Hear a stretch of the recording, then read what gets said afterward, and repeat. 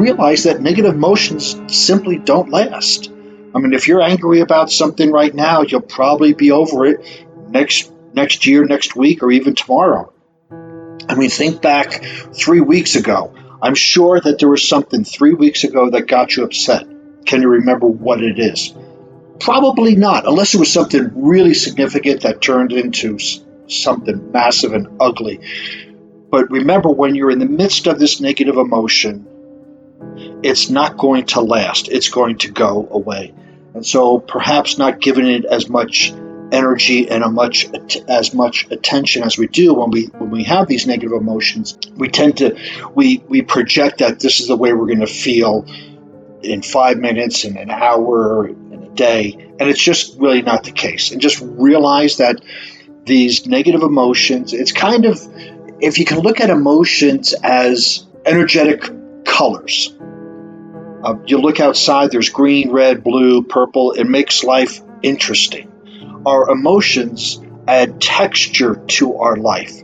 And so when we feel an emotion, it's really not a bad thing, but if it's a negative, like anger, then we can feel it, but just know that it's part of that texture of living, and maybe not respond to it and just enjoy that moment, if you will.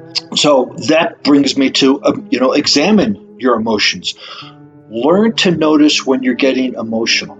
And these emotions aren't just necessarily anger. It could be any of them. Just notice, because the more you notice your emotions, whether they're happy, joy, sad, anger, the more you're going to be able to be in tune with your body, the more you're going to be able to be in tune with yourself. And so notice yourself reacting strongly. Ask yourself why. Try to label that emotion. Now, again, this doesn't necessarily always mean a negative emotion. However, we would want to emphasize that. We want to identify that negative emotion. What am I feeling? Where am I feeling it? Why am I feeling it? And when you can understand why, this is something that's pretty important. So let's just say you're getting frustrated and you lose your temper and you blast out at the person. Ask yourself, why are you getting frustrated? Most likely, it's not the person that's doing something. It's your interpretation of the event or the person that's doing something.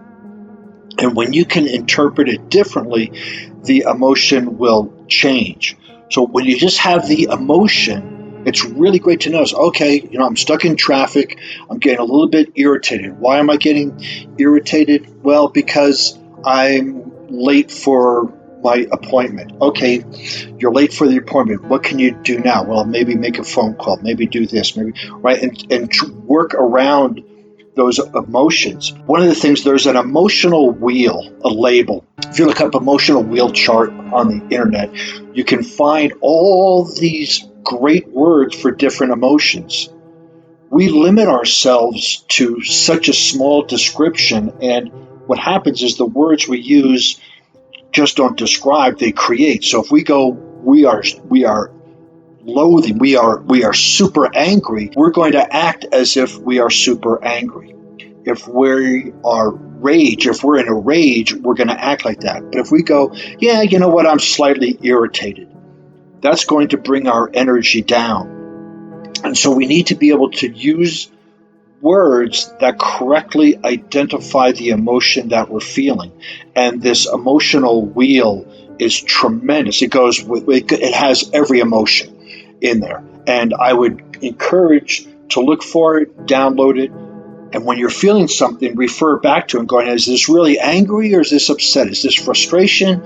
Is this irritation? And when you're able to label that emotion correctly, you'll be amazed at how the emotion diminishes and starts to subside when you use a gentler word with it.